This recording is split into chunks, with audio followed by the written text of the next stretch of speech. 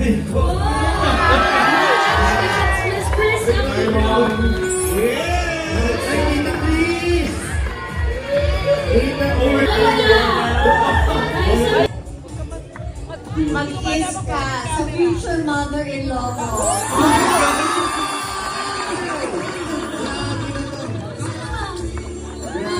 Boto.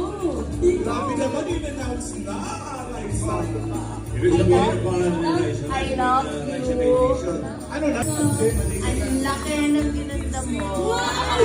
Lalo pag malapitan mo, no? Kaya I think dahil may nagpapaganda sa'yo.